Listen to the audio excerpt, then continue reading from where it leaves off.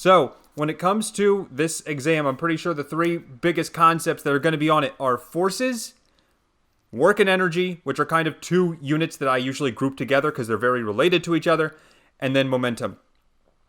And the first thing I would do if I were you is whenever you come across a problem on this exam tomorrow, the first thing you want to do is identify the question type. That is like the moral of the story I'm going to be trying to preach home tonight. If you can identify the question type, that is a huge advantage to you. And again, the three choices you have are forces, work, and energy. Again, technically they're separate issues, but we'll talk about both, so it doesn't matter. And then momentum. And we're going to be talking about how you can identify each of these three. So just real quick, you know if it's forces if it talks about forces. If there's a force involved, so I'm going to write a note, it talks about forces. There is a very good chance if you see a lot of units being thrown around with newtons in them, there's a very good chance that it's force. Work and energy. How do we know if it's work and energy? First of all, you'll see the words in the problem itself, so that's pretty self-explanatory. But if it doesn't say work or energy in the problem, it can still be a work and energy problem if we're talking about 2 points in time. Work and energy, we're talking about 2 points in time. A start and a finish. A point A and a point B. From here to there, so to speak. And then the last topic we have is momentum. How do you know if we're talking about momentum? Besides the fact that it will say momentum, or I'm going to put in parentheses here, impulse, because that's also related to momentum. And unless they say the words momentum or impulse in the problem, you know we're talking about momentum or impulse if we're talking about collisions or explosions. So just a couple of quick examples there. 2 boxes colliding into each other. A car fender bendering another car. An asteroid splitting up into 3 pieces. A rocket splitting up from its payload to its booster at the apex of its flight. All of these are examples of collisions and explosions that could be momentum. And obviously I cannot possibly fit every single problem here tonight on each of these 3 topics, but we're going to look at a bunch. We're going to get a pretty good feel for it. And again, if you can identify the question type, that is the first challenge for any of these physics problems. Any questions so far? We're about to get into the actual problems. Okay, great. So, let's go ahead and get into the first problem. The first problem... Wait, I have a quick question. Yes. What should our calculator be in radians or degree? In physics, always have it in degrees. Okay, thanks. I cannot think of a scenario where you'd want it in radians, or else I'd warn you, but I can't think of one. I will say if you're also in calculus, you always want your calculator in radians. So if you are in a calculus class, make sure it's in degrees for tomorrow. Okay, so let's go ahead and talk about forces first. So when it comes to forces, it's first helpful to know that what Newton's 3 laws are. What are Newton's 3 laws? So let's deal with the first one first. I am not going to give you the definition and write out like a paragraph long thing. I'm going to tell you what Newton's laws mean to me. So Newton's first law, you may have heard it before, an object in motion stays in motion and an object at rest stays at rest unless acted upon by an outside force. That is going to be true. And what that means, as far as you're concerned, is that if we have a constant velocity, and it will tell you constant velocity or constant speed in the problem, then that means that our acceleration A is equal to 0, and it also means that we have a net force equal to 0. And the other thing that's true about Newton's first law is that if any of these 3 are true, then the arrows also go in reverse. In other words, if I have a net force equal to 0, in other words, all the forces cancel out from the left or the right, or the up and the downward direction, it means acceleration 0, and you have constant velocity. If one of these 3 are true, all 3 are true. Look out for the word constant velocity in a physics problem. It's a huge hint to you. Okay, so Newton's second law, I mean, this is like probably the biggest topic that can show up on the test, at least as far as forces are concerned. It's F equals ma. Personally, I hate this equation, which is why I'm crossing it out right now, because it's not nearly specific enough. Newton's second law really means, well, the process of solving Newton's second law or just force problems in general. What am I saying? I'm saying free body diagram, which if you remember, that's all the arrows going on your force diagram. Then you want to make a sum of forces equation. I'll write what that is in a second, but sum of forces equation. This is what I mean when I say F net equals ma. Notice how this is different from the equation I have above. I said F net. There's a good reason for that, because we're not talking about just one force. We're talking about the combination of all the forces. And the other thing we need to remember is that in physics, you cannot combine the x and the y axis. In other words, if I have, let's say, F net x here, in other words, all the forces to the right minus the forces to the left, that's equal to mass times acceleration. Again, that's the x component. And don't worry, we'll do a couple example problems with this, so it's fine if it doesn't make sense right this second. But these are the two biggest steps: free body diagram first, then sum of forces equation, and then the last thing you would do is solve using algebra for whatever you want to solve for. Solve using algebra. And that's Newton's second law, which, there's a lot to write here, but it's probably the biggest topic in all of forces. And then the third thing that we can talk about is Newton's third law, and that is saying that every force has an equal and opposite reaction force. What does that mean to you? Well, if I have force 1 on object 2, then that means it's going to be equal to and in the opposite direction as force 2 on object 1. Equal in magnitude, opposite in direction. This is Newton's third law. And we'll see some examples of that as well today. Okay. Any questions on forces before we get into the example problems? Great. Okay. Anyone still writing? Okay, I'm going to move on.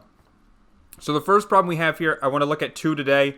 The first one is a ramp problem because people hate ramp problems, which means if I was a professor, I'd put it on the test.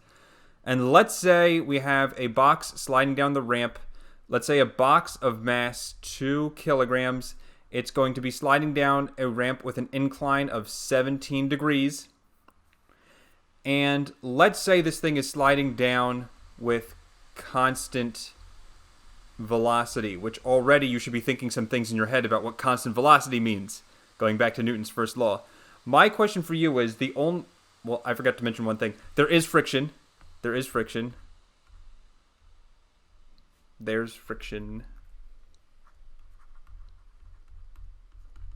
So there is friction between the box and the ramp. Mu k, the coefficient of kinetic friction, is what I'm asking to solve for in this problem. Okay, so we're sliding the box down at a constant velocity. I want to know what is the coefficient of kinetic friction. So what kind of problem is this? Well, there's a lot of numbers involved. This is going to be a Newton's second law problem, which means we're going to do that 3-step process that we just talked about. First step, free body diagram, which is all the forces acting on my box. If I think about what forces are acting on my box, I have gravity, which always points straight down. I call gravity mg. Then we have a normal force pointing not straight up, but perpendicular to the surface, because remember, normal force I call capital N, always points perpendicular to the surface you're on. There is no force actually pointing down the ramp. There is no force pointing down the ramp, because the reason why it's going down the ramp at all is because of one of the components of mg. There's no actual force causing it to go down. And then there is a frictional force which is going to oppose motion, which means if we imagine this box going down the ramp like this, then friction must point in the opposite direction. Friction points up the ramp. I'm not sure what you guys call it. I'm going to call it lowercase fk for kinetic friction. These are the only forces acting on our box, and we are officially done our free body diagram. Now, the one thing I want to say is, for this problem, whenever you see a ramp problem, huge piece of advice for you. And maybe you've heard this before. If you haven't, I'm shocked a little bit. But the way I always recommend solving ramp problems, this is annoying because, well, it's at an angle. Wouldn't it be easier if this box was instead on a flat surface. And that's essentially what I'm going to do. I'm going to cheat. I'm going to redraw my diagram so that this time the 2 kilogram block is on a flat surface. And how do I do that? I can't just say it magically. There is going to be some consequences. So what I'm saying is, imagine if you were to actually tilt your heads right now, like actually physically tilt your heads so that you can see the 2 kilogram block as if it were on a flat surface. And now let me draw the free body diagram again.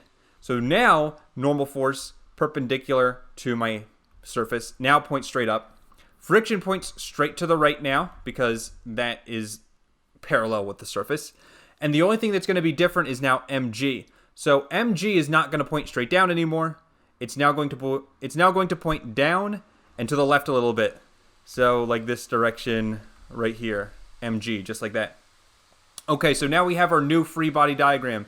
How did this help us? Well, now instead of, notice before we had 2 forces at angles, normal force and Fk, and neither of those would have been easy to find the components of. Now we just have 1 force at components, and that's mg. So there's no way of getting around the components, but this is better than the first scenario. So we're good so far. The next thing we need to figure out is where does that 17-degree angle go? So I'm just going to tell you, especially since it's the night before the test, I'm just going to tell you where it goes, and maybe you know this already, but imagine drawing an imaginary line going straight down, opposite the normal force. This is where that 17-degree angle is going to go, between the hypotenuse mg and the imaginary vertical line going down the center. Now, out of this, well, it almost looks like I have a right triangle here, so let me finish drawing it. And I can do that because, well, there's a geometry proof, I suppose, but this is just true, so I'm going to tell you to memorize it for now. So we see mg is the hypotenuse. We do not know the x component. We do not know the y component. We need to find them. So the y component here, the component going straight down, is going to be, let's think about this. Is it going to use sine, cosine, or tangent? Well, I'm going to tell you cosine. Why? Because cosine of 17 degrees is equal to adjacent divided by hypotenuse. We look at the angle 17 here. The adjacent side is y, the y component. So cosine 17 degrees equals y divided by hypotenuse, which is mg. And if I were to solve for y here, because, well, that's what I'm doing, I'm trying to find the y component, I'm going to multiply both sides by mg. I get y equals cosine of 17 degrees times mg.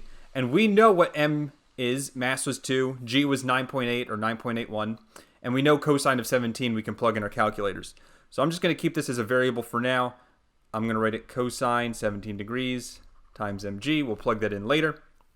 You can imagine that the x component then, this is the x component, is going to be the opposite. Instead of cosine, it's going to use sine. And that would be correct. It's going to be sine of 17 degrees times mg. And the reason that's true is because look at this side length right here. That side length is opposite our 17-degree angle, and opposite side is going to use sine. Okay? Any questions so far? I'm assuming we're all good. Fantastic. So this is where the problem starts to get hard, I would say. We have our free body diagram. We have our components, which, by the way, I would make a note. If you have a free body diagram with angles, like we have right here, split your forces into components. So split forces at angles into components, because it's going to make our life a whole lot easier. Okay, so now that we have this, we're done the free body diagram. The next step is we need to make our sum of forces equation. Our F net x or F net y equals mass times acceleration. So if I were to ask you guys, I want you to just think about this in your heads. You don't need to say the answer out loud. But are we going to focus on F net, the net force in the x direction, or the y direction here? I'll give you like 5 more seconds to think about it. And I'm just going to tell you, the answer to that question really is, what are we solving for? What are we solving for? So I'm asking for the coefficient of kinetic friction. Notice friction shows up in the x direction. It makes sense that I'm going to be using F net x, the net force in the x direction, which means I'm looking at F net, comma, x. This is the notation I use. You might use different notation than me. That's fine. But As long as you get the gist of what's going on here, that's important. So f net x is going to equal all my forces to the right minus the forces to the left. And the reason that's true is because I define right as positive, left as negative, always. You may be confused by this because, well, I'll explain why in a second, but we're going to get friction actually ends up being a positive number, which is opposite what you would expect, and I'll explain why that makes sense in 2 seconds. But first, f net x is f right minus f left, all the forces to the right minus the forces to the left. That's going to equal mass times acceleration in the x direction. Which, by the way, whenever you write equals ma, like this, whenever you write equals ma, then you should always ask yourself, do I know this acceleration? Do I know this acceleration? Do I know the acceleration in the x direction? For those of you who are saying, I have no idea, it's because you need to look at the question carefully. What did I say at the very beginning of the problem? I said we have constant velocity. And what does constant velocity mean? That's right. I feel like Dora the Explorer. That's right, kids. It means that the acceleration is going to be 0 in the x direction. Okay, so the acceleration 0, which means if it's mass times 0, well, that whole thing's just going to be 0. The right side's just 0. That's very convenient for us. That actually ends up happening a lot in these problems, especially when you see the words constant velocity, which again is Newton's first law. So, forces to the right. I look back at my free body diagram. There's only one. It's Fk, which means Fk is actually going to be positive. Why? Because it points to the right. One thing I do want to mention, I drew my ramp like this, right? I drew my ramp like this. What if I have a ramp like this? And again, we have friction. Friction points up the ramp this time. Notice in this mirror example, everything's going to be backwards. My right is now left. My left is now right. Is it confusing? Yes. But the point I'm trying to make is I like to be consistent with my notation. I will always say right is positive, left is negative. I don't care if it's friction. I don't care if it's gravity. I don't care whatever. Right is positive, left is negative. For the y direction, I always use up is positive, down is negative. Okay, so Fk points to the right. Any forces to the left? I do have one. It's kind of hard to see, and that's because it's the x component here of gravity. If I were to just redraw this vector up here for the x component, we see that that's definitely pointing to the left, and we know the value. It's sine 17 degrees times mg. So Fk minus sine 17 degrees times mg, that equals 0. And now why does this help us? Well, if you remember what I said earlier, after we write our Newton's second law equation, which is what we did right here, the last step that we need to do is use algebra to solve for whatever we need to solve for. And that is mu k, the coefficient of kinetic friction.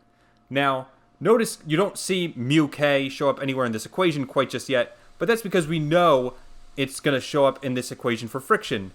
So think about this. I'll give you 5 seconds to think about this. What is the equation for kinetic friction? Hopefully you know this. Actually, can someone please answer this? Are you allowed an equation sheet for tomorrow, or are you given one?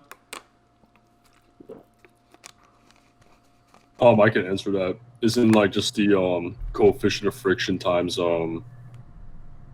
like force like in newtons or something like that? Close. So you're talking about this big N here. That N, Yeah, and that's this is why I hate using capital N, but I do it because you guys learned it this way for whatever reason. Not your fault. But big N is both the units newtons and it's also the normal force, which is why this is confusing. And I usually normal force. Yep. But are you allowed an equation sheet, or are you given one? Yeah, you're allowed one. Yeah, it's open notes. Gotcha. Okay, I would definitely have this on like the front page because all of you, well, I shouldn't say all of you, but a shocking majority of you forget this equation and it bothers me. So please have it at least in the front of your notebook or something, because you're gonna use it, I promise. So might as well have it in front of you. Okay, so this is great.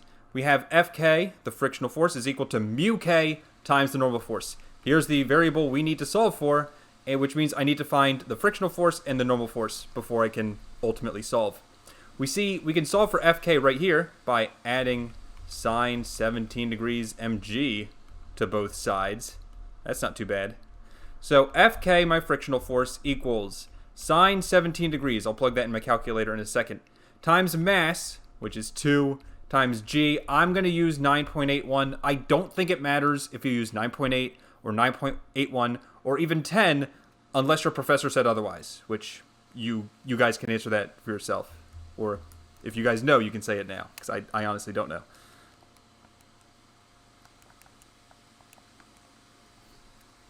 Either way, the frictional force, I just plugged in my calculator. It's going to be 5.74. I typically like to go to 2 decimal places, or, just some reasonable number that you can use to get the rest of this problem. The significant figures don't really matter in this class. It's not chemistry, so I'm just going to say two decimal places is what I like to go to. Okay, so we have frictional force. Now if we can just find the normal force, then we're pretty much done this problem. How do we find the normal force? Well, think about this. Normal force, what's the equation for normal force? Trick question. There is no equation for normal force. Then how do we find it? Well, we're going to use, how we used F net x to find all the x components? Just look at the free body diagram here, and then think about the y components. So the y components, I'm going to circle them. Normal force pointing up. This y, which is cosine 17 mg, points down. Those two forces must cancel each other out. How do I know that? Well, looking at this picture, is the box moving up or down? Is the box flying up into the air or tunneling into the ground or into the ramp? No, it's moving, well, once we rotated the diagram, it's moving flat now. And because of that, normal force must equal this y component. So what I'm saying is normal force equals mg cosine of 17 degrees. And again, the reason I know that is because I used F net and specifically the y components to do that. Now, normally, I also want to answer this question. Normally, normal force equals mg, just mg, mass times gravity. There are 2 scenarios where normal force does not equal mg. I want you to think about those 2 scenarios. One is a ramp problem, the one we're looking at right now. In this case, it just happens to be mg cosine 17 degrees. If you want to know what the other example is, well, what if this is, you don't have to write this, at least just think about it. What if we had someone dragging a suitcase across the ground, but they were pulling, it's a suitcase, you don't pull horizontally, you pull at an angle, because that's where the lever is on the suitcase.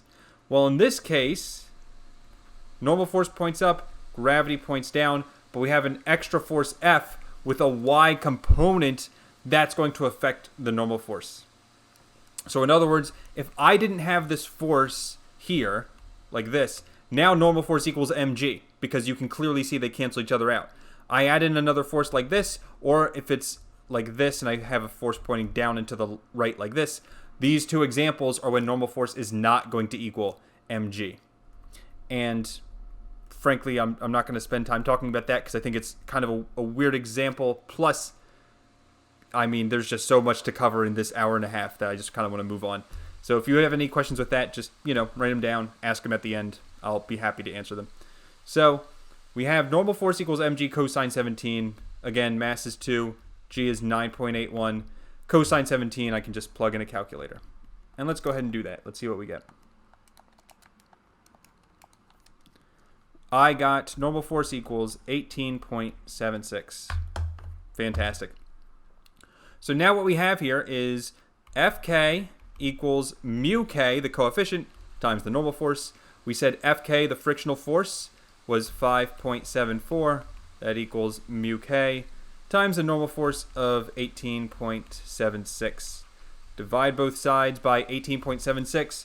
We are going to get a final answer of, and I have no idea if you might get like a slightly different answer because of the rounding, but I got 0.31. And question, think about this in your heads. What's the units for coefficient of friction? What's the units for coefficient of friction? Trick question. There is none. Yes. There is none. Correct. Excellent. So that's because, well, it's a coefficient. It doesn't have newtons, and the newtons actually canceled out from normal force and frictional force. Those both have units of newtons, and they cancel. Great. It seems like most of you know that already. Excellent. And that's it for this first problem. Any questions about the ramp problem? Anyone still writing? Yeah, I have a quick question. Shoot. So for the x component for the F net, you put F right minus F left? Yes. Yeah, so is that just, that's basically, oh, okay, never mind. That was a dumb question. Yeah, so the M0 part is just... Yeah, why was the MA 0? Do you remember? Well, I get that. I was just confused how you set up that equation. Okay, you get it now, though? Yeah, I'm good now. Yeah. Cool. Any other questions? Excellent. Yeah, don't be afraid to ask. The worst that can happen is me and your classmates and the entire internet, because I'm putting this on YouTube, make fun of you. So no negative repercussions. Okay, great. So next up we have the Pulley example, everyone else's favorite problem. I like Pulley problems because they're hard, and that's the same reason why most people don't like Pulley problems. So whatever. I have two crates here, crate A and crate B. I know that crate A, well, before I even give the masses, let's say this is going to be a conceptual question. Hopefully you know the answer to this. There's a very right answer and a very wrong answer. You'll find out which is which pretty soon. Let's say mass B is lighter than mass A. In other words, let's say mass B, let's just say is 2 kilograms. Let's say mass A is 5 kilograms. No friction. No friction. My question for you guys, and you don't have to say this out loud, just, think of it in your heads. Will crate B move if crate A is heavier? What do you guys think? Just think about it in your heads. You don't need to have an explanation necessarily, quite just yet. But I will tell you the answer to that question is absolutely the crates will move. Absolutely. You may be thinking, why is that? Crate B is lighter. Here's why. This is a force problem, right? So free body diagram, that's the first thing we do. We have 2 boxes this time, which means we're going to have 2 free body diagrams to write. So, just since I already gave masses, we'll use these ones. We'll say mass A is 5. I'm going to write it over here. Mass A is 5 kilograms. Mass B is 2 kilograms. Now let's draw a free body diagram. So I'm going to start with crate B because I think it's a little bit easier. We have gravity going down. I'm going to call it M sub B times G because obviously I'm going to have MAG over there. Just want to make sure I use different variables, which is always good practice.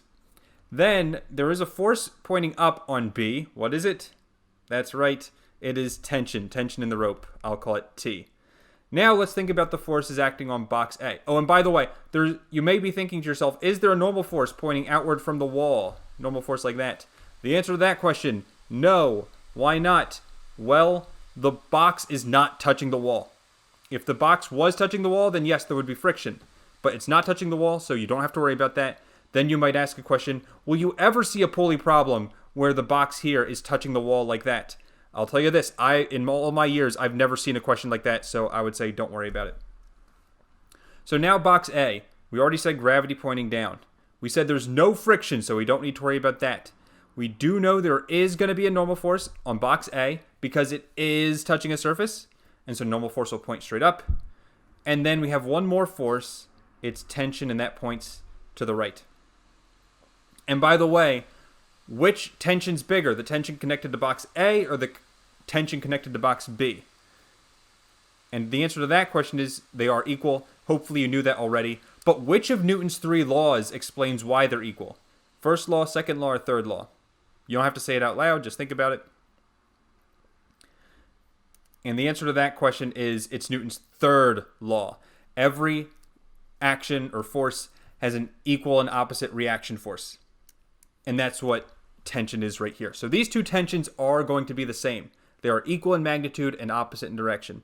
Now we made our free body diagram. And by the way, this is why the crates are moving. Just look at crate A. I see that up and down forces cancel each other out, which is good. But look in the x direction. I have tension pointing to the right and no force pointing to the left to cancel it out. In other words, if there's only a force pointing to the right, box A must be moving to the right, which therefore means box B must be falling down. Make sense? Okay. So now we're done the free body diagram. Step 2 is to make our sum of forces equation. So once again, I'm going to ask the question, are we dealing with F net? Oh, sorry. Forgot to ask the actual question. My bad. I want to know what is that tension in the rope. What is that tension in the rope? Very common question with pulleys. Okay, so now my question is, what is my sum of forces equation going to be? Am I looking at F net in the x direction, right minus left, or am I looking at F net y, up minus down? Think about that. And I'll tell you that the answer is neither. Why is it neither? Well, it was kind of a trick question, but it's because look at box B. Box B is moving up and down, right? Box A is moving left and right, or at least that's the way it could move. It would make no sense to only focus on left and right or up and down because these boxes are moving in different directions. Okay, well then how do we account for that? Great question. So here's what I'm going to say. I'm going to say the positive direction. I'm going to define a new positive direction. I'm going to say this blue line is my new positive direction. In other words, when A moves to the right, that's positive. When B moves down, that's positive. Why? Because that's the direction of motion. Object B wants to be moving down. Object A wants to be moving to the right. And once I use this new system, I call, well, FNet system, FNet, SYS, which is short for system. I'm going to say it's all the forces going in the direction of motion minus the forces going out of the direction of motion. To me, I typically say clockwise and counterclockwise because to me this kind of reminds me of circular motion, but it doesn't seem to work for all the students I meet with, so I don't use that example anymore. But if it makes sense to you, clockwise minus counterclockwise, you can think of it that way too. But let's talk about what this is going to be either way. So I'm going to deal with one force at a time. Let's start with MBG here, the force of gravity on object B. Is that going to be positive or negative? Well, is that force in the direction of motion or not? Look in the direction of that black arrow compared to the blue arrow. Does that point in the same direction? Yes? Okay, great. That means MBG is positive. Even though force of gravity here, MBG, is pointing down, which I said before was negative, I made a new positive direction because Pulley problems, you need to. You need to do this. You need to look at the system. And why is that? Well, I'll tell you this, because we need to find the acceleration first. Like, I know I asked for tension, but we need to find acceleration first. And the way we do that is we write FNet sys. So I'm going to make a note here. Do this to find acceleration first before we actually solve the question. And you're going to have to find acceleration first whenever you have objects with two or more objects in them. You're going to need to find acceleration first whenever you have two or more objects in them. And also, well, yeah, I think that's it. Okay, so assuming there's no questions right now, MBG, we said pointed downward, even though that's normally negative, I'm saying that's positive right now. This tension right here, the one that points up and is connected to object B, notice that points opposite the direction of motion. It's going to slow object B down. So I'm saying minus T. But then notice right here, when I have this tension force right there, now that pulls on object A in the positive direction, in the direction of motion. So even though we had minus T, we now have plus T. Yes, these tensions cancel out, which you may be thinking, well, that's not good. I'm supposed to solve for T, and now they just canceled out. I'm telling you this is a good thing because, again, we need to find acceleration first, and now we're only going to have one unknown variable. We're only going to have one unknown variable. It's acceleration. We can find it, and then we're going to use that acceleration to find T tension. Okay. So I have a quick question. Go for it. Why did we start with the B crate? We could have started with A. I just arbitrarily chose it. Okay. The nice thing is the way we do this, we're going to count every force. We're going to count every force so that we're not missing one. And now speaking of missing some forces, let's deal with normal force next. The normal force pointing straight up. Question, is that pointing in the direction of motion or away from the direction of motion? Again, that's going to be a trick question. Notice it's perpendicular to the direction of motion, so that means it's not even going to show up in our equation for FNet system, and the same is going to be true for MAG. When would normal force in MAG show up? Well, that would show up if I asked for FNet in the y direction for object A. I repeat, those two forces show up in the FNet equation in the y direction, the y-axis, for object A specifically. Obviously, we don't have to deal with that now. The only time you would have to deal with that ever is if there was friction in this problem, because again, normal force shows up in friction, and that's what we would need to solve. So, since normal force and just friction in general don't matter for this problem, we can actually just ignore normal force and MAG, which is great. And these are all the forces that we have going on in FNet system. Notice it's really just one. It's MBG, which is actually kind of nice. And then again, we set this equal to Newton's second law tells us mass times acceleration. Again, whenever you write equals ma, you should immediately be thinking, do I know this acceleration? Do I know this acceleration? Is it 0 this time? Is it 0 this time? Well, do I have constant velocity? Did I say in the problem that the velocity was constant? No, I did not. We do not know that acceleration, which is fine, because we're going to find it, because that's the only unknown variable right now. We know mass B, it was 2 kilograms. We know G is 9.81. This mass right here, is that mass A or mass B? Again, trick question. I love trick questions. And that's because since we're talking about the system, it's both MA plus MB, both of these masses times our acceleration. Any questions so far? Great, we're almost done this one. So now I'm saying, simplifying it, MBG equals mass A plus mass B times our acceleration. I can just divide both sides by mass A plus mass B. We get acceleration equals mass of B times G divided by mass A plus mass B. Again, I know all these variables I can plug in right now and solve. Mass B is 2, G is 9.81, divided by mass A is 5, plus mass B is 2. So then we will get a final answer of, let's see, 2 times 9.81 divided by 5 plus 2 is 7. We'll get a final answer of acceleration equals 2.80. Actually, I should not say final answer, because this is definitely not the final answer, but we're very close now to finding the final answer. And so now the last thing I'm going to say for this is, again, we focused on the system, right? Well, to find tension, I need to look at one block individually. I can look at A or I can look at B. Let me erase some of these circles because it's kind of getting confusing. I can look at either object A or object B. Either one will work, you know? Either one, you're going to get the same answer for tension.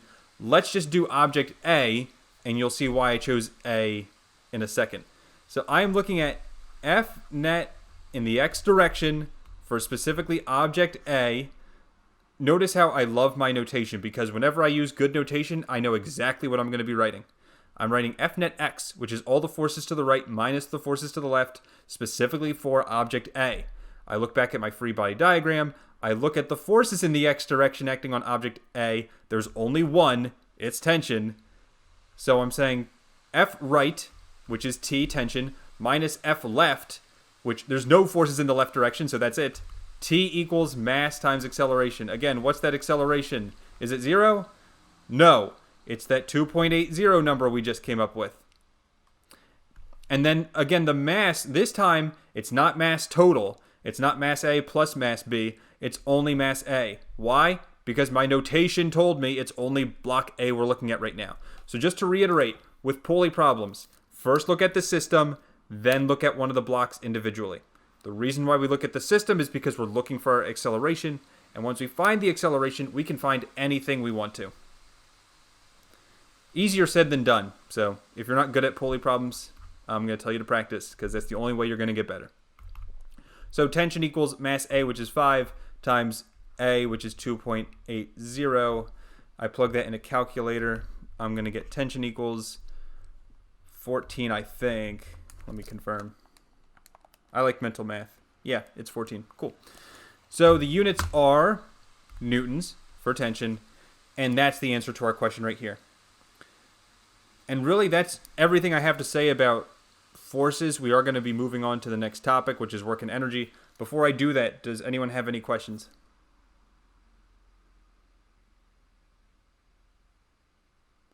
Okay. There's one... Oh, is anyone still writing? Okay. Now, there's one more thing I do want to say about forces, because I almost forgot, and that is, well, sometimes they give you... Well, in these two examples, I gave the mass, right? I said mass was 2 kilograms, mass was 5 kilograms. Sometimes they don't give the mass. Sometimes they give the weight. They'll give you the weight of an object is, let's say, 100 newtons. How do you find the mass? Because obviously weight is not mass. How do we find it? Remember, weight equals m times g. So if I want to find the object's mass, I just take 100, divide it by 9.81, I get the mass. So in this example, 100 divided by 9.81, we're going to get 10.19. 10.19, and the units are kilograms. So that's what you do if you're ever given weight instead of mass.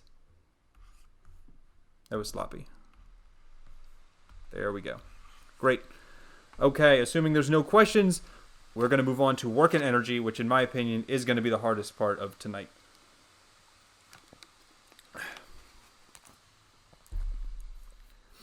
Hopefully you're all having a good time. I'm having a good time.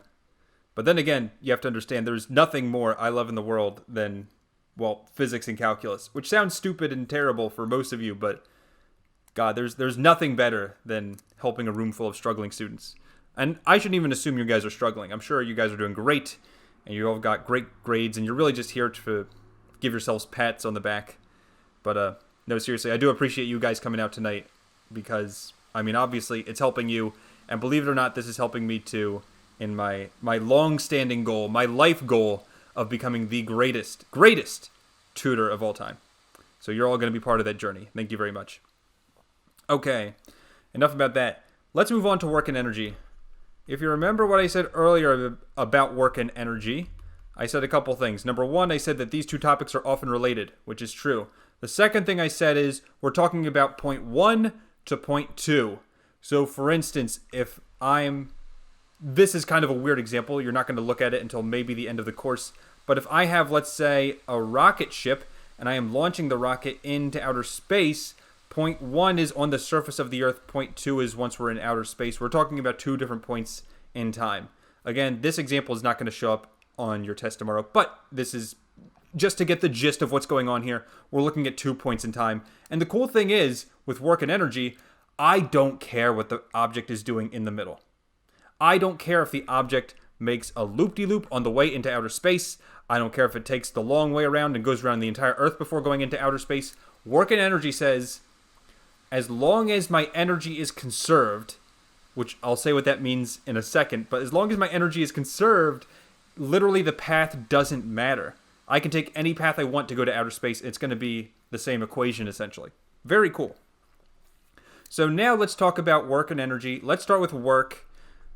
The equation for work, hopefully you know this. Again, I would have this on the front page of your paper, is work, which is W, equals a force times a distance, and then you often see times cosine theta.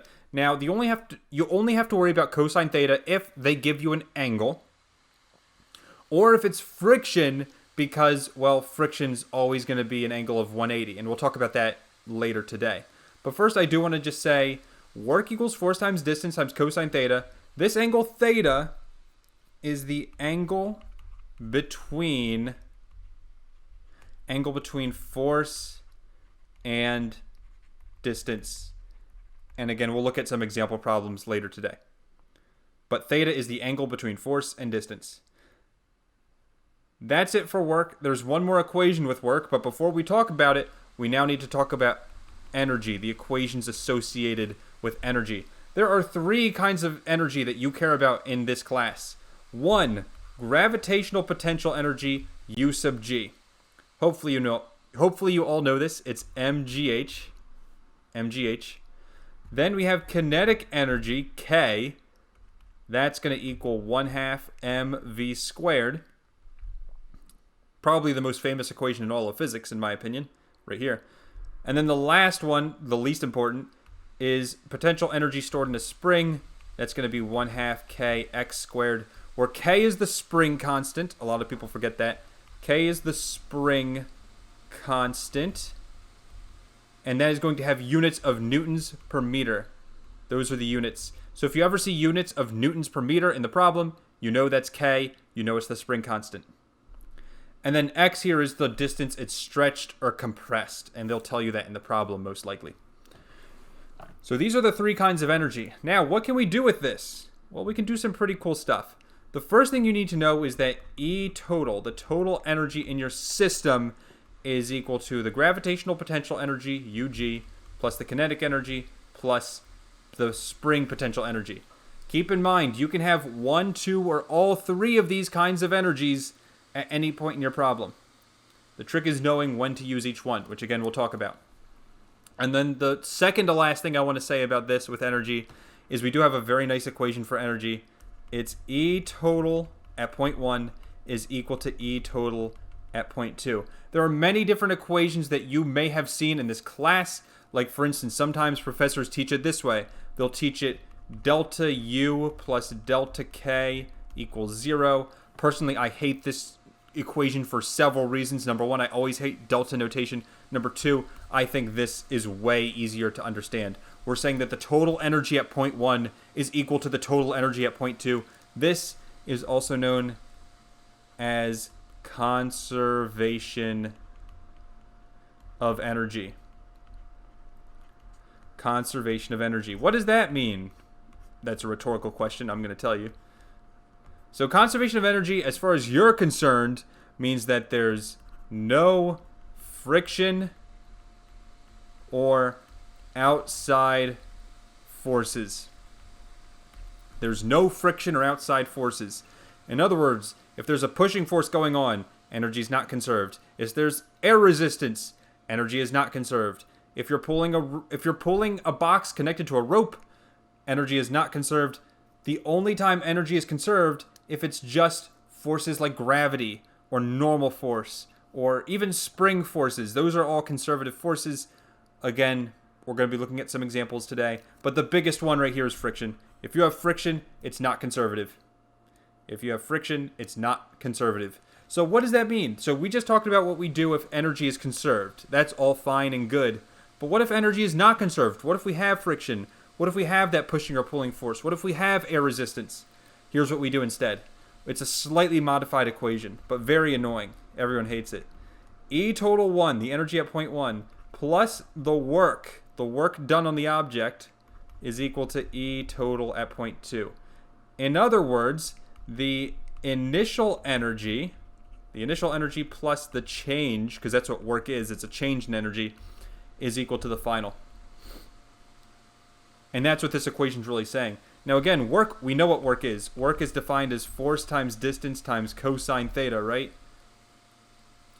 So the most common work equation or non-conservative force is friction. So I'm going to make a note for friction. For friction, work equals negative force of friction, which I'll call Fk, times my distance. Why negative? Great question. So let's say I have a box right here that's moving to the right. And if the box is moving to the right, think about this. Which way will friction point? Well, friction always opposes motion, so friction will point to the left, right? And think about this now. What is my angle theta between distance and my force? Look at this. That's a 180-degree angle. Does anyone know the cosine of 180 degrees? If you guessed -1, you're a genius, because that's exactly right. So cosine of 180 is -1. I'm telling you, friction is always going to be negative Fk times d. Always. As long as you have friction. Okay.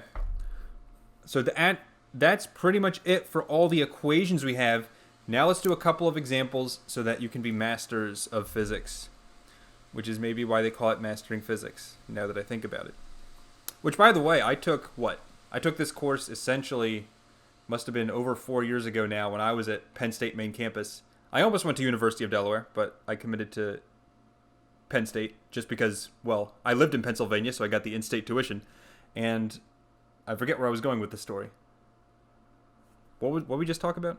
FK, D, whatever. I'm sure it wasn't important. Okay, let's go ahead and look at some example problems. So the first question I have here, let's say we have a ball on a track connected to a spring just like this. I have a ball connected to a spring, it's on a track, and we're going to be shooting it up into the air. Okay? I want to know two things. Number one, I want to know what's the velocity when it leaves the spring. So pretty much what's the velocity at that point right there after it leaves the spring. And then the second thing I want to know is what is the max height that this thing reaches. I want to know these two things. let me give you some variables now. I'm going to tell you that the mass of this object, I'll be easy for once. I'm going to say 1 kilogram. I'm going to say that the spring has a spring constant of 1,000 newtons per meter. So again, lowercase k, that has to do with the spring right here. And then the last thing I'll say is that this spring is compressed. It's compressed by, let's say, 50 centimeters. A lot of times they give you the units in centimeters for springs for whatever reason, which means we're going to have to convert to meters. In case you're wondering, that's super easy. 50 centimeters is just divide by 100. You get 0.5 meters. Okay, great. We have our compressed distance. Which variable is that? It's x. X is the compressed variable in spring.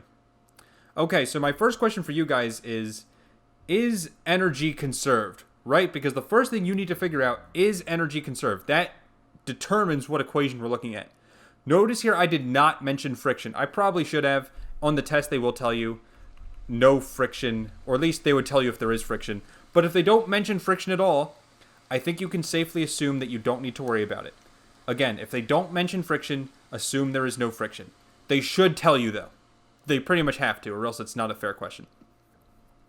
So, in that case, what does that mean? Remember, if I have no friction, I have no pushing or pulling forces going on, I really just have gravity, normal force, and spring force, which, again, I don't need a free body diagram. This is not a forces question. This is actually why, when you get good at work and energy problems, these are going to be your favorite in all of physics. Why? Because if we used forces to solve this problem, this would take like 15 minutes to half an hour to answer this question. We're going to solve it very quickly using work and energy. And again, how do I know I'm talking about work and energy? Well, I'm looking at 2 points, right? I'm looking at point 1 when the spring is fully compressed, and point 2 can be like this point up here when we reach our maximum height. Now, actually, we do need to be careful with this because there are 2 questions that the question is asking. We want to know our velocity right here at the point directly after the spring leaves contact with the ball. So if this is point 1, then I'm going to say like right here is point 2. Again, this is after it's compressed 0.5 meters. I know I'm kind of being messy with my notation, so let me know if you have any questions. I'm happy to answer them. And now the other thing I want to say is, what's the equation we're going to use? The equation is going to be E total 1 equals E total 2. And why? Because there's no friction. Okay, so now we need to figure out what kind of energy is at point 1. Okay, so this comes back to our question of there are 3 kinds of energy: gravitational potential, kinetic, and spring potential. Now, at point 1, is there a height? Is that ball a height off the ground? No, which means my height is 0. Great. It means there's no UG. Well, is my ball moving at point 1 when it's fully compressed? Think about if you ever had a spring-loaded gun before. Is that ball moving when it's fully loaded? No, it's not moving, so there's no kinetic energy either. The only kind of energy there is at point 1 is spring potential energy. 1/2 kx squared. That's the only energy at point 1. Now at point 2, we need to figure out which point 2 we're talking about. Are we talking about point 2 when the object is right here, and that would be what we use to find max velocity, or are we talking about this point 2 right here when we want to find max height? So we do need to pick one. We're going to use both eventually. Let's start with velocity, just since that's closer to the start. So point 2, and this is going to be, I'm going to say for velocity. For velocity, it's going to be, well, look at point 2 now. At point 2, this one right here, I'm still not a height off the ground. Height is 0, which means there's no gravitational potential energy, no MGH. I do have kinetic energy because, well, I have velocity. That's what we're solving for. And at this point in time, it's no longer touching the spring, is what we're saying, which means it's all kinetic. Great. So 1/2 kx squared equals 1/2 mv squared. In other words, all the energy at point 2 is kinetic. So now we need to solve for what again? Velocity. And notice here the 1/2s cancel out, which is nice. And I can just plug in now. So K, I said, was 1,000 newtons per meter. I'm not going to write the units when I'm actually doing the algebra. So K is 1,000. X, we said, was 0.5. We need to square that. And that equals mass, which was 1, we said, times velocity, squared. So if we plug this in a calculator, the left side is going to become 1,000 times 0.5 squared, which should be 250. It is. So 250 equals v squared. The square root of 250 should be a number between what? Something between 15 and 16. So the square root of 250 is 15.8.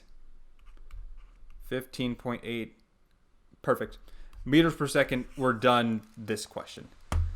We found velocity. How do we find velocity again? We said energy is conserved, which means E total 1 equals E total 2. What was my energy at point 1? It was all spring energy. What was my energy at point 2? It was all kinetic. And then at that point, it was just algebra. Any questions? Okay. Wait, I was gonna ask, why did you use the equation for 1/2 mv squared again? Because that's the equation for kinetic energy. Oh, nice. Okay, might have missed that. Thank you. Yep, no problem. Wait, I have a quick question too. Yep. So whenever we do like the E total 1 equals E total 2, Yep. and we choose like 2 of the different formulas and like set them equal to each other. Yes. Okay. Well, it's also important to realize that in this example, it was just, for instance, just spring energy and just kinetic energy. This problem could have been different if, let's say, I had, I don't know, if I had a velocity, or if I had a height at point 2. Like, let's say this was 3 meters above the ground, so to speak. Now I have both kinetic energy and potential energy due to gravity because I'm 3 meters above the ground. It is possible to have a combination of the two. You do need to be careful with that. Does that make sense? Okay. So that's it for this question. There's still one more part, though. I wanted to find the max height. So now I have a new point 2. Point 1 can be the same. Heck, point 2 can even be when we have the max velocity, that 1/2 mv squared. Again, since energies are equal here, energies conserved, I can pick any 2 points I have. I can pick any 2 points I want. So I'm going to choose the same ones we chose before. 1/2 kx squared.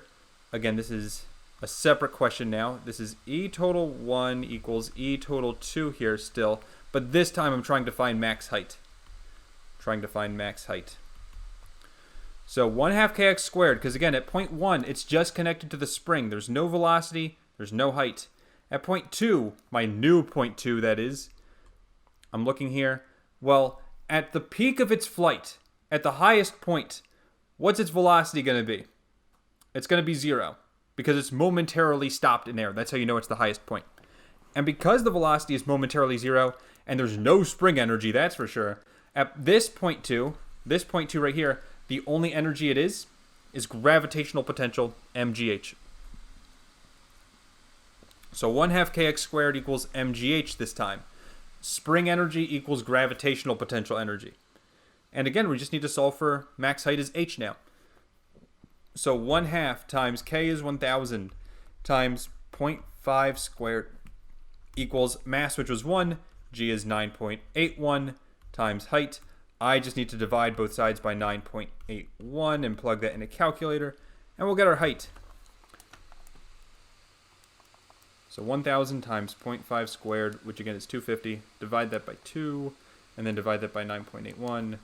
We're going to get a final height of 12.7, and the units for that are meters. And there we go. That's how we solve conservation of energy problems. Again, this is when energy is conserved. There's no friction. We just look at 2 points in time. Any questions? Okay. We still have 3 more problems I want to look at. Not for work and energy. There's just one more work and energy problem, and then I want to cover momentum. So we might go to a little bit over. I'm going to guess we're going to finish up around 9:45 at this rate. But still, I mean, we're covering everything. I'm sure you guys are happy. So let's just keep going. By the way, I did free lessons last year too, except that was for Calc 1, and those lessons were from 9 to 10:30 p.m. So I'm kind of curious what you guys think of the time. I do want to make it accessible to everyone. So after this lesson's over, just let me know if you like the time or if you need it to be changed because you have a lab or whatever, you know? Because I do want to help you guys as much as possible. Okay, next up, this is still going to be work and energy. This time it's going to be the work side. How work ties in with energy, that is. So let's say I have a box sliding across a surface here. The box is sliding with a speed of 8 meters per second. And ultimately, it's going to be coming to a stop. Why? Because I am sliding this box across a friction-filled surface. Like, there is friction. There is definitely friction. I'm going to give you mu k is equal to 0.2, let's say. And again, no units for mu k. No units. So what I ultimately want to find is this thing's going to come to rest. I want to know how far it travels. What's that distance traveled right there? And I need to give a mass, let's say 3 kilograms. 3 kilograms. Okay, I think that's all I need to give you for this problem. Now, one thing I do want to mention, this looks like a force problem. Why? Because I gave you a coefficient of kinetic friction. We know, based on that other problem, that the equation for friction is equal to mu k times the normal force, and that looks like forces, right? This can be a force problem. However, this can also be a work and energy problem. Why? Because I'm looking at 2 points in time. I'm looking at this point right here, and I'm looking at this point right here. So this can also be work and energy. And I'm going to tell you right now, work and energy is 100 times, I don't know about 100 times. It's at least twice as easy as forces. Because if you solve for forces, ultimately you're finding acceleration. You have to do the free body diagram. You have to do the sum of forces equation all over again. And then this actually turns out to be kinematics. Why? Because the only way you can find distance is if you use kinematics. Now, you can use that if you want. You can use forces and kinematics. But I'm going to be teaching you how to do it using work and energy because, well, that's why we're learning it. So we can avoid force and kinematics in situations like this. Okay, so if we think about this, number one, is energy conserved? Is energy conserved? The answer is no. Why? Because I have friction. I'm even going to write that. Energy is not conserved. And again, we know that because there's friction. So what does that mean about the equation? Well, the equation's no longer E total 1 equals E total 2. Now it's going to be E total 1 plus my work is equal to E total 2. And again, the work is the work done by friction. We have an equation for work too. We know work is equal to a force times a distance times, well, cosine theta. But remember also what I said. You can remember this shortcut. Since it is friction, it's going to be negative Fk times d. Everyone remember that? And again, it's negative Fk times d because cosine of theta, the angle is 180. The angle is 180, and cosine of 180 is negative 1. Okay, so now let's think about what kind of energy we have at point 1 and point 2. I'm looking at my picture. I see that there's no height, so I don't need to worry about that. There's no spring, so I don't need to worry about that either. At point 1, there's only one kind of energy. It's kinetic energy, because there's a velocity. So my energy at point 1 is going to be 1/2 mv squared. I then add, I'll just say work for now. We'll solve it later. And that equals E total 2. I'm looking at point 2 now. It doesn't have a height. It doesn't have a spring anywhere. So it must be kinetic energy, except for the fact that we know what the speed is at point 2. What is it? You can call it out.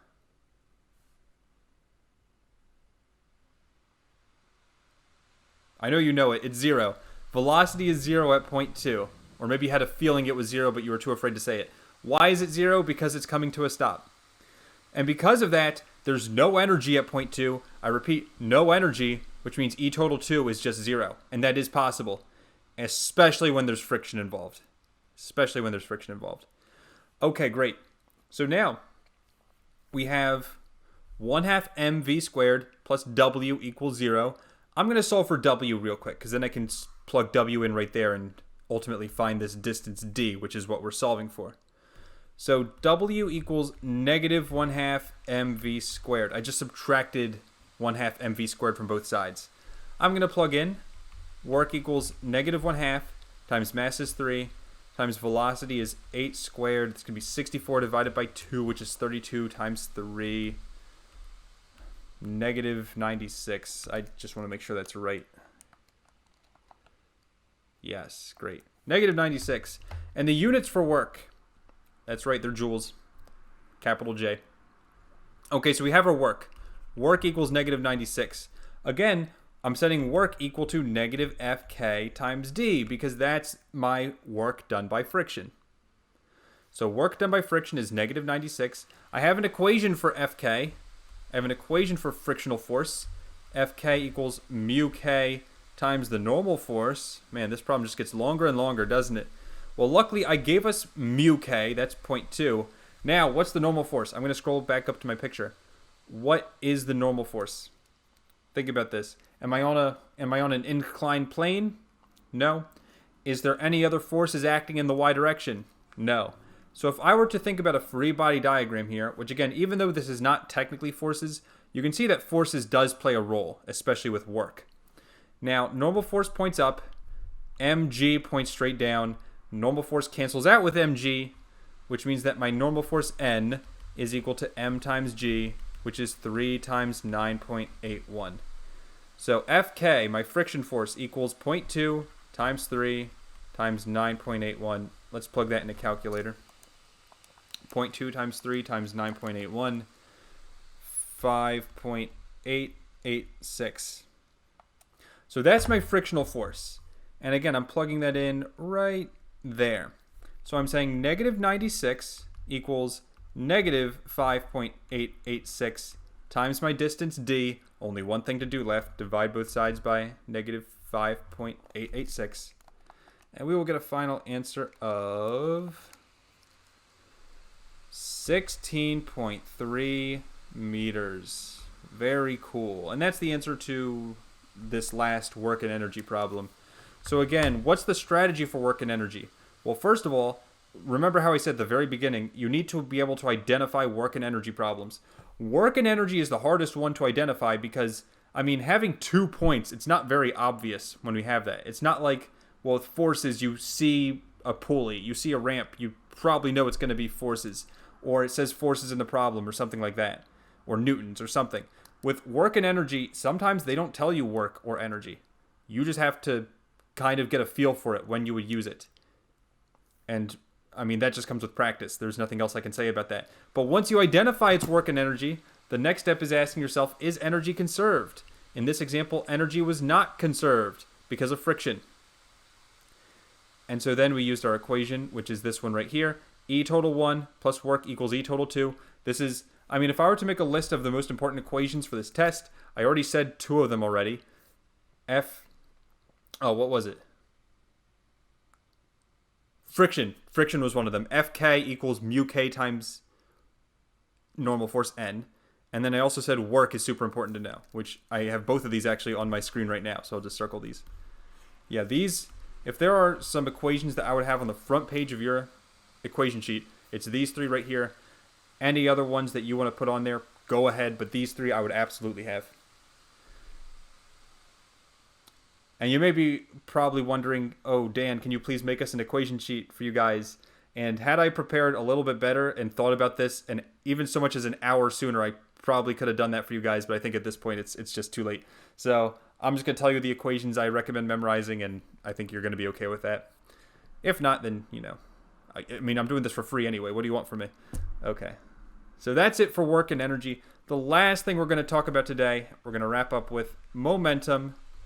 You know what they say, momentum, mo problems. If you want to write that down, it's a very good note. Okay, so how do we deal with momentum problems? First of all, how do we know we're dealing with momentum problems? Again, we're talking about collisions and explosions. Very cool things in physics, isn't it? Okay, so there's 2 kinds of momentum problems we can have. Momentum breaks up into 2 categories. We have conservation of momentum, and then we have impulse and momentum. 2 very different problems. Let's talk about when each is used. I'm going to make like a T-chart here. So with conservation of momentum, the biggest thing you need to know is that we're only looking at one. I'm sorry, I messed it up. It's 2 objects. If we're looking at 2 objects, then it's conservation of momentum. In other words, 2 blocks running into each other, 2 cars running into each other, a meteor breaking up into multiple pieces. Those are all conservation of momentum problems. Impulse and momentum, on the other hand, is when we're only looking at one object. Sure, there might be multiple objects in the problem, but we're only talking about one of those objects. Some examples include hitting a baseball with a bat, and they only give you the information like velocity and mass about the baseball. They don't even tell you about the bat. Other common example, when you jump off of the earth. Technically, when you jump off of the earth, that's in a way an explosion because you're going up, which means the earth must be going down. But since the earth is going down, it's it's essentially zero. Like, obviously, you're going up, let's say, 1 meter or whatever, but the earth is going down 0.00000000001 meters. We can ignore the earth, and we're really just looking at the one object, which is you, the human. And in that case, we'd be looking at impulse and momentum. So again, how many objects are we talking about? That determines if it's conservation of momentum or impulse and momentum. Now, what's the difference between these two in terms of solving them? Equally important question. So for conservation of momentum, we're essentially saying this. P total initial equals P total final. Very reminiscent of E total 1 equals E total 2, because it's almost the exact same thing. The only difference is we're talking about momentum and not energy. What is momentum P? Well, momentum P is equal to mass times velocity, and if I'm talking about P total, then I'm talking about mass times velocity 1 plus mass times velocity 2 plus however many objects I have. Most of the time it's just 2. Okay. And now that's it, what we're going to do for, again, conservation of momentum, which, how do you know if it's conservation of momentum? There's 2 or more objects that they talk about. And then for one object, we have this equation instead. Impulse, which uses the symbol J for no reason. I don't know why they chose this, but impulse is also known as J. This is not joules. This is not joules. This is impulse, capital J. And this is equal to, there's 2 equations we have. One is force times time. The other is delta P, change in momentum. Both of these equations work. However, I'm going to say this. I hate delta notation, so I'm actually going to rewrite delta P as P final minus P initial. Because, well, to me that makes more sense. And now the question becomes, well, which equation am I going to use on the test? Am I going to use force times time, or am I going to use PF minus PI? Great question. If they give you units of force and time, like they tell you 1,000 Newton force acting on an object for 0.2 seconds, you know what you're using. You're using force times time. However, if they give you mass and velocity, because remember, momentum is just mass times velocity, P equals M times V. If they give you a mass and velocity, you know you're talking about PF minus PI. You need to figure out which one you're talking about based on the information given in the question. And again, we'll talk about that today with a couple short examples. And yeah, that's pretty much it on the notes I have for momentum. Any questions? So I have one question for you guys. There's one more thing I want to talk about with collisions, and that is the difference between elastic, inelastic, and perfectly inelastic collisions. Do any of you guys know if those words will show up on the test in any way, shape, or form? Any idea? Anyone? Yeah, they will. They will? Okay, great. So I'm going to talk about them with this first example, actually. We're going to start with conservation of momentum. Conservation of momentum. So what does that mean again? It means we're dealing with 2 or more objects. Let's say I have this 2 kilogram object sliding with a speed of 5 meters per second. That's going to ram into this bigger 4 kilogram box that, let's say, was at rest, V equals 0. These are going to collide. After the collision, the 2 kilogram box is going to ricochet backwards with a velocity of, let's say, 2 meters per second.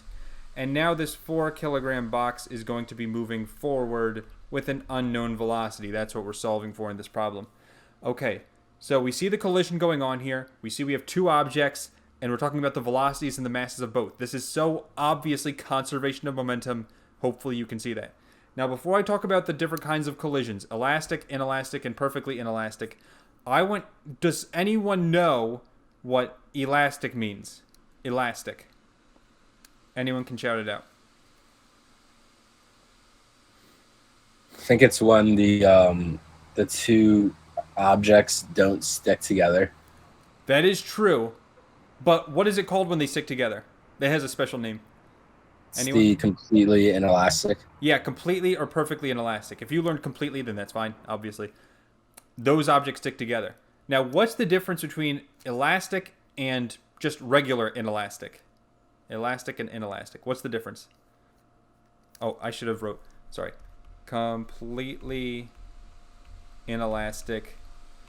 This is when the objects stick together. You know it when you see it.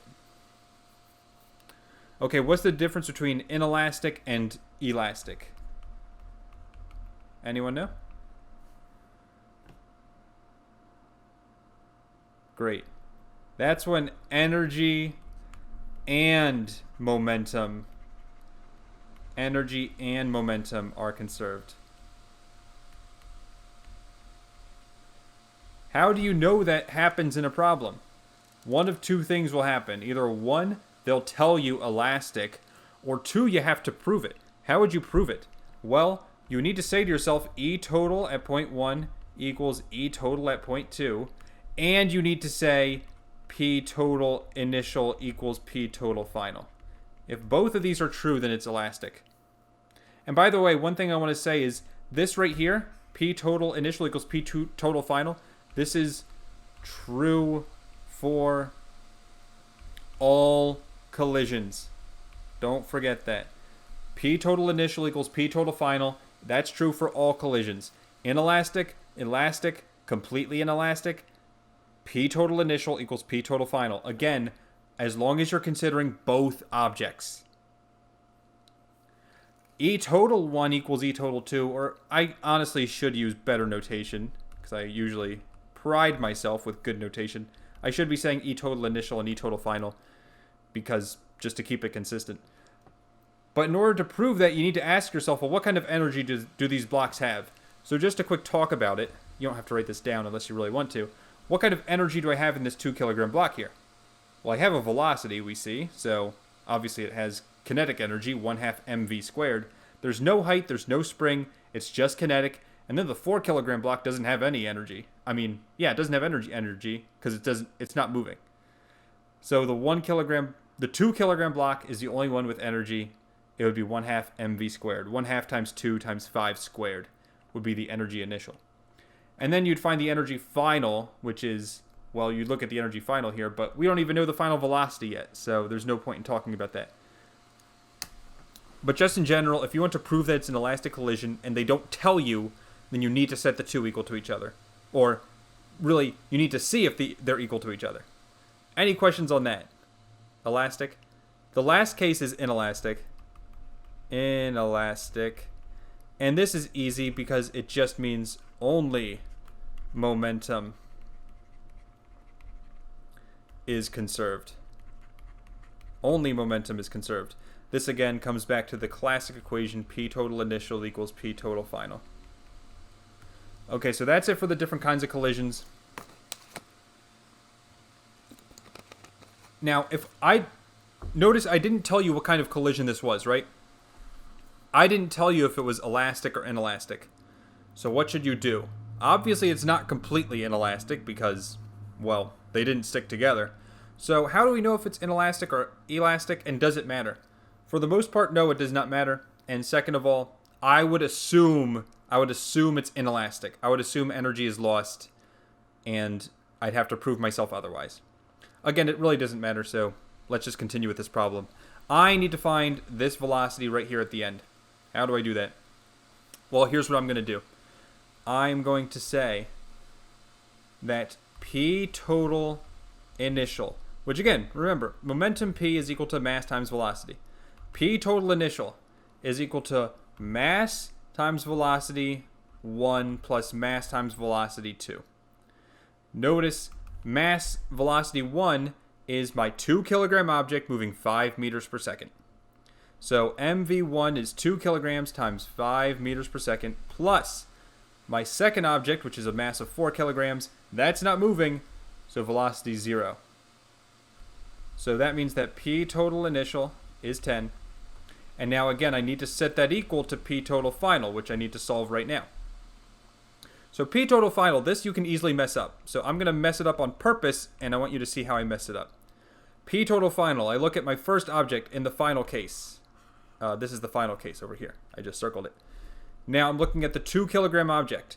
I see that the 2 kilogram object has a mass of 2, and I said it's moving backwards with velocity 2, so times 2, plus my mass times velocity for the second object, again, 4 times an unknown velocity, v. You can call it v4 or v or whatever you want to call it. I'm just going to call it v because there's only one unknown velocity. Now again, I told you already I'm going to make a mistake. I did make a mistake on purpose. Does anyone see the mistake? This is not right. P total final is not right. Would it be negative? What's it? The velocity. The velocity for the first object is negative, so it doesn't matter which two, but one of these twos have to be negative. Why? Because momentum, it's so important that you remember that momentum, the direction matters, just like forces. Right is positive, left is negative. Of course, if you want, you can choose left to be negative and right to be positive. However, I feel like you're just shooting yourself in the foot there, and if you don't know what you're doing, then you're just going to lose. So, right is positive, left is negative, and just like that, now this is correct. So, again, we're saying these two things equal to each other. 10 equals 2 times negative 2 is negative 4, plus 4 times velocity. This will not be a round number, but it'll be close. Add 4 to both sides, you get 14 equals 4v. And then divide by 4. Velocity is going to equal, what, 3.5? 3.5, and the units for velocity is meters per second. Now, notice I got, oh, that kind of looks like an H. Hold on. That's supposed to be a 4. Sorry. 4v. Better. Okay. Notice 3.5. I got a positive final answer. What does that mean? What does that mean? It's going to go in the right direction. It's going to the right. If I got a negative final answer, it means it's going to the left. So notice for this problem, I told you that the bigger block is going to the right. I told you that from the beginning. I was nice. I didn't have to tell you that.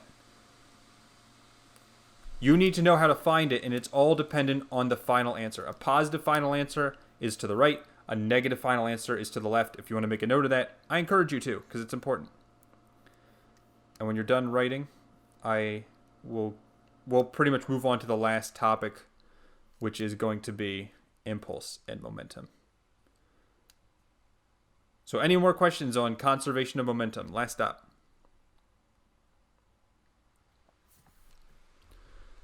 Actually, one thing we can talk about, what kind of collision was this in the end of the day? Was it elastic? How would we prove that? That's a good question. Let's talk about it. So E total 1, my energy at point 1, again, it was just the kinetic energy in that one block.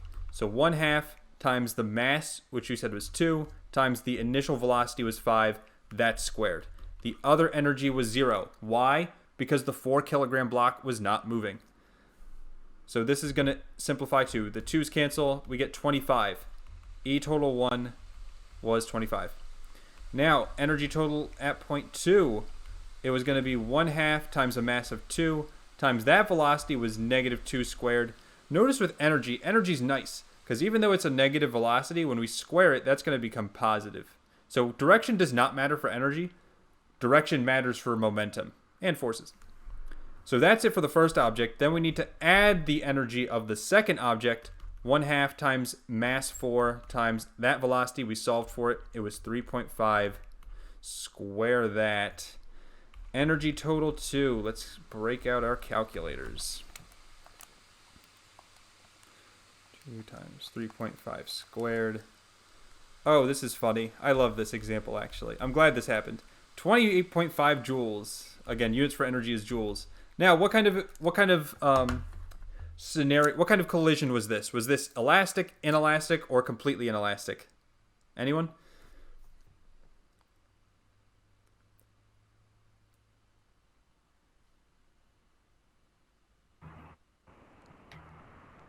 Is it inelastic? It is. And the reason you said that, I'm assuming, is because these energies do not equal each other. If energy total 2 was 25, then yes, this would be elastic. But actually, another fun fact, this is also known as an impossible collision. This is literally impossible. Why? Because after your collision, you ended up with more energy than when you started. In other words, we accidentally created energy because I chose bad numbers. Very cool problem. Okay, great. Any questions on that? So I do not expect this to happen where the final energy is greater than the initial. Again, it really doesn't matter though, because if the question is asking, is it elastic or inelastic, you don't care which one's bigger. You just care if they equal each other, right? So I wouldn't worry about that too much if you're confused by that. Okay, no more questions. We're going to move on to the last topic of tonight, which is momentum and impulse now. Impulse. I'm going to do the baseball bat example because it's one of my favorites. And, well, actually, I don't like it because I can't draw baseball bats. Like, just look at this. Let me try. So, here's my baseball bat. That wasn't terrible. I'll draw, like, the tape lines here. One of my better baseball bats, to be perfectly honest. And let's say we have an 80-mile-an-hour fastball coming into the bat. Or, you know what? 80 miles per hour is, what? 40 meters per second, roughly? 40 meters per second is coming towards the bat. The batter hits it, and the ball comes back with a velocity, let's say, of 100 meters per second, which is roughly 200 miles per hour. I don't know if this is accurate or not. I'm not a baseball guy. But I do know that when you hit a ball, it's going to go back faster the way than it came initially. So, this is our problem here. How do I know this is an impulse problem? Well, first let me ask the question. So, I'm going to ask two questions. Part one, what is the impulse? That's the first part.